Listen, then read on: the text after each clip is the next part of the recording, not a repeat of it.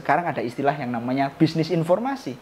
Jadi di situ media tidak hanya memberikan informasi, tapi informasi itu dibisniskan. Dan kita seolah-olah harus terdisiplinkan sesuai dengan agenda-agenda media. Media memang dipakai untuk kepentingan seperti black campaign atau negatif campaign. Nah, ini yang kemudian membuat media atau membuat ruang publik ini menjadi sesak.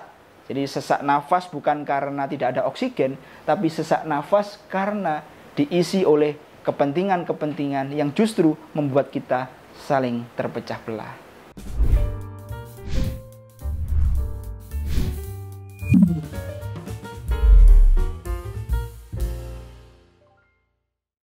Ngomongin media dan politik, itu ibarat aku dan kamu. Selalu beriringan, tapi tidak pernah bersatu. Karena media memiliki ideologi dan kepentingan sendiri, begitupun juga politik memiliki kepentingan dan ideologi sendiri. Dan hal ini tentu akan berdampak signifikan dalam kehidupan dan perubahan sosial. Nah, kali ini kita bahas di Point of Verdi. Media dan politik saling terhubung karena media dipentingkan oleh para aktor-aktor politik, sementara aktor-aktor politik juga sebaliknya membutuhkan media untuk menginformasikan agenda-agendanya. Tentu di sini media tidak hanya milik aktor politik tentunya. Mereka ini kan miliknya publik, miliknya masyarakat. Jadi di dalam media ini semua informasi ada di sana. Tentang literasi pendidikan, literasi kesehatan, misalnya contohnya kemarin COVID. Masyarakat harus mengerti apa yang harus dilakukan. Bagaimana mencegah agar tidak terserang, misalnya ada virus-virus baru. Nah, ini harus kemudian media punya cara mengedukasi masyarakat. Tapi tentunya aktor-aktor politik juga berkepentingan terhadap media. Mereka memberitakan tentang apa aktivitas-aktivitasnya, kerja-kerja politiknya. Tapi jangan sampai kemudian, tadi saya bilang, dia beriringan tetapi tidak pernah bersatu. Karena media harusnya punya aksi-aksi normatif, fungsi-fungsi literasi, fungsi-fungsi edukasi. Jangan sampai kemudian dibajak oleh kepentingan politik yang itu sifatnya jangka pendek. Ini ada istilah yang disebut dengan politik in the age of mediation.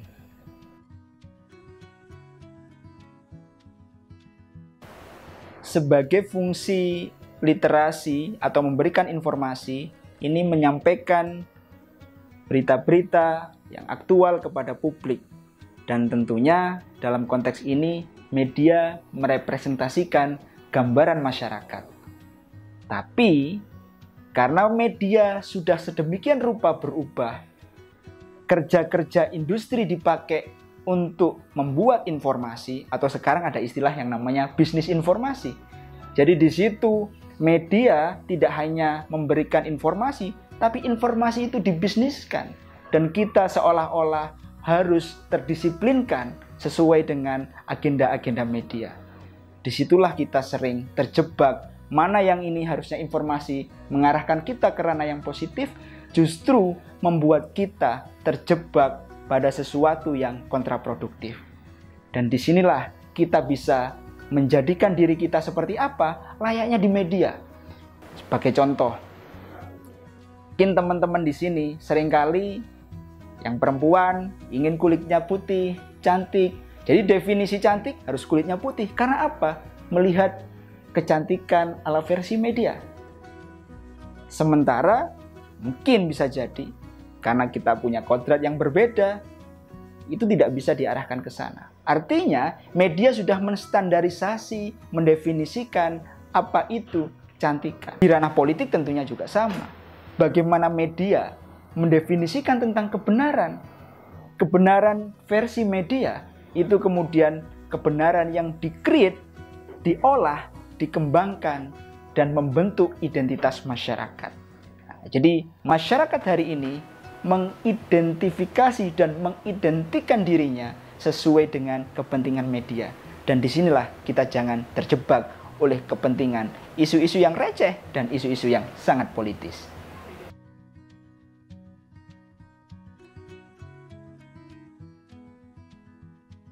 Bagaimana posisi media dengan masyarakat atau sekarang netizen di era digital dan juga organisasi politik. Di situ ada aktor-aktor politik, ada organisasi atau di situ ada aktor politik, kelompok-kelompok penekan. Media ini berperan sebagai intermediary institution atau sebagai penghubung. Kalau sebagai penghubung artinya dia harusnya juga menjadi corong publik, tapi di sisi yang lain jika dia juga bisa memfasilitasi agenda-agenda kepentingan dari politik. Nah, media sebagai jembatan ini tidak boleh kemudian berat sebelah, hanya mementingkan kepentingan politik, organisasi politik, partai politik, atau kelompok-kelompok tertentu tanpa kemudian hidup berdampingan dengan masyarakat. Nah, inilah yang kemudian media membuat fungsi-fungsi literasi terjegal hanya karena kepentingan-kepentingan yang sangat bias politik.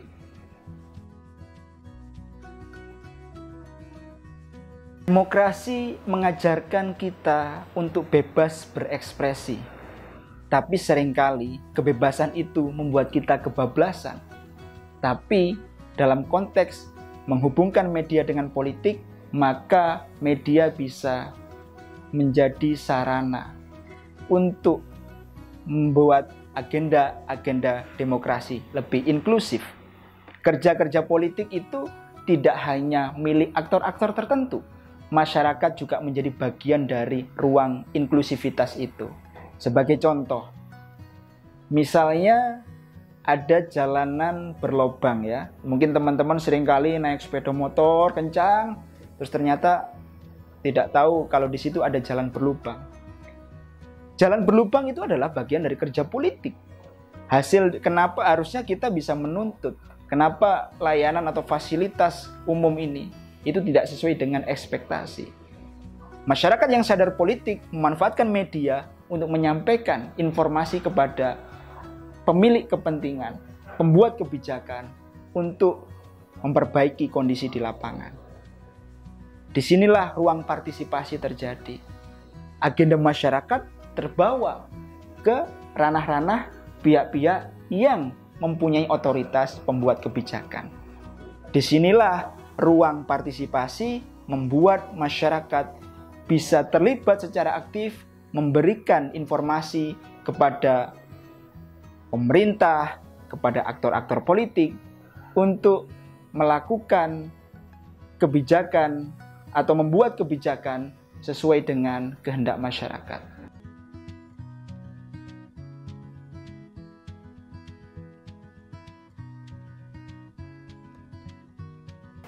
Untuk menjaga media dari pengaruh kekuasaan memang tidak mudah. Media berkuasa atau kuasa media ini tentu dimiliki oleh kelompok-kelompok yang bisa jadi punya kepentingan yang jauh lebih besar daripada kepentingan masyarakat. Tapi hari ini, dewasa ini, di era digital, kita semua bisa menjadi media, teman-teman. Kalian punya Twitter, punya Instagram, punya Facebook. Kita tidak harus membuat korporasi untuk mempunyai media-media yang bisa memberikan pengaruh. Media kan berperan untuk memberikan ruang partisipasi. Tapi ruang partisipasi ini kan tidak bebas. Atau ruang partisipasi itu kan tidak, istilahnya tidak gratis ya. Mungkin bagi orang-orang tertentu yang punya akses, dia akan lebih mudah berpartisipasi daripada orang yang tidak punya akses. Makanya tentunya kekuasaan jangan sampai kemudian menundukkan kepentingan publik untuk keluar dari agenda-agenda kebersamaan tadi. Ada undang-undang atau misalkan kebijakan yang harusnya di era pandemi ini berpihak kepada publik. Maka media itu berperan untuk menyampaikan agenda-agenda publik ini kepada pemangku kekuasaan. Tetapi kalau kemudian kekuasaan tadi itu mengkondisikan media agar sesuai dengan kehendaknya, disinilah sebenarnya media tidak lagi sebagai corong publik.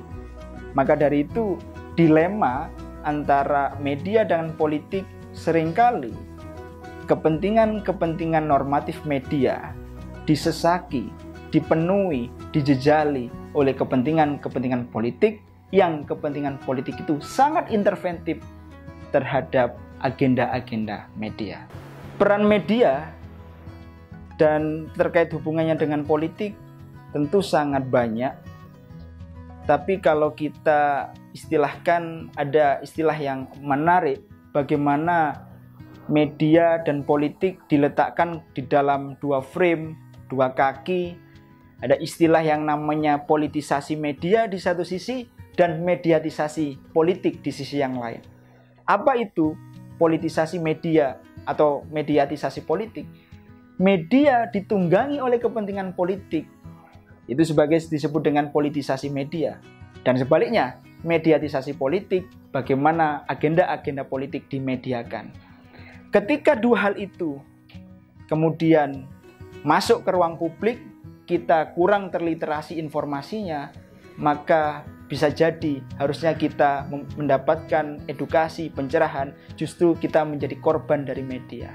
Maka untuk mewarnai kehidupan bermedia dan politik yang sehat, kita perlu memastikan bahwa kita tidak terjebak pada informasi yang muncul begitu saja, tapi kita harus bisa memastikan informasi itu. Media tidak hanya cukup sebagai sarana informasi, tapi media hari ini ditunggangi oleh kepentingan politik, apalagi kepentingan terkait dengan politik identitas.